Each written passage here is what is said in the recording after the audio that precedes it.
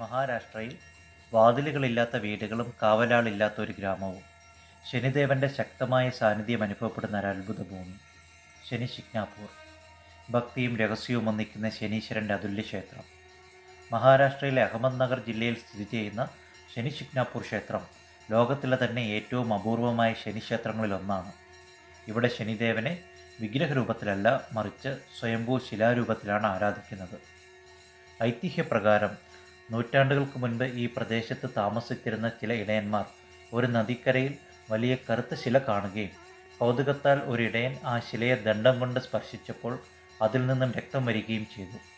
അന്നത്തെ രാത്രി ഭഗവാൻ ഒരു ഭക്തനായ ഇടയൻ്റെ സ്വപ്നത്തിൽ വന്ന് ആ ശില ഭഗവാന്റെ സ്വയംഭൂ ശിലയാണെന്നും മേൽക്കൂരയോ ചുമരുകളോ ഇല്ലാതെ തന്നെ ആരാധിക്കണമെന്നും ശനീശ്വരൻ ആ ഗ്രാമത്തെ കാത്തുകൊള്ളാമെന്നും അറിയിച്ചു.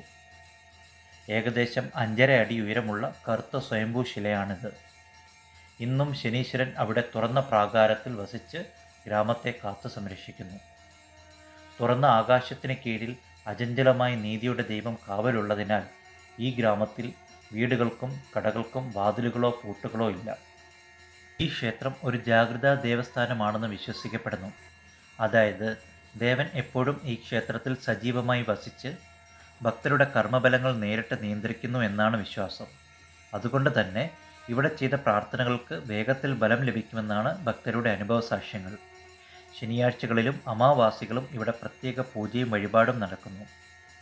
ഒരു കാലത്ത് സ്ത്രീകൾക്ക് ശനി വിഗ്രഹത്തിനടുത്തേക്ക് പ്രവേശിക്കുവാൻ അനുമതിയില്ലായിരുന്നു. എന്നാൽ 2016 വലിയ സാമൂഹിക ചർച്ചകൾക്കും കോടതി വിധിക്കും ശേഷം സ്ത്രീകൾക്കും സമാന അവകാശം ലഭിച്ചു.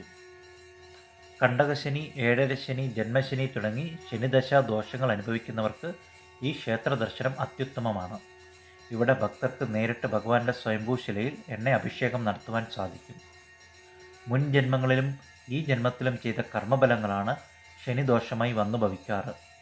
ശനിദോഷഫലമായി ഉദ്ദേശിക്കുന്ന കാര്യങ്ങൾ വൈകുക, മാനസിക സമ്മർദ്ദം, ഒറ്റപ്പെടൽ, ജോലി തടസ്സം, ആരോഗ്യ തടസ്സങ്ങൾ മുതലായവയാണ് സാധാരണ നേരിടേണ്ടി വരിക. ശനിദോഷം മാറുവാൻ പ്രധാനമായും കർമ്മശുദ്ധി, ഭക്തി, ജീവിതശൈലി എന്നീ കാര്യങ്ങൾ ശ്രദ്ധിച്ച് ജീവിതം നയിക്കുക.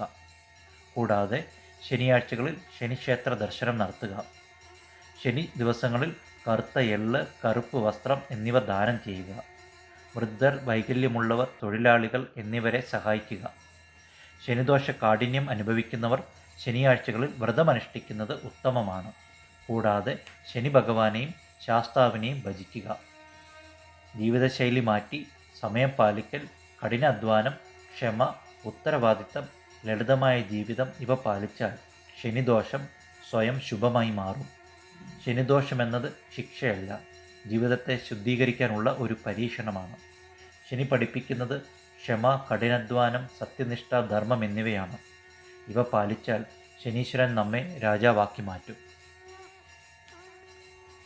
ഈ വീഡിയോ ഇഷ്ടമായെങ്കിൽ ദയവായി സബ്സ്ക്രൈബ് ചെയ്ത് വിലയേറിയ അഭിപ്രായങ്ങൾ കമൻറ്റുകളായി രേഖപ്പെടുത്തുക.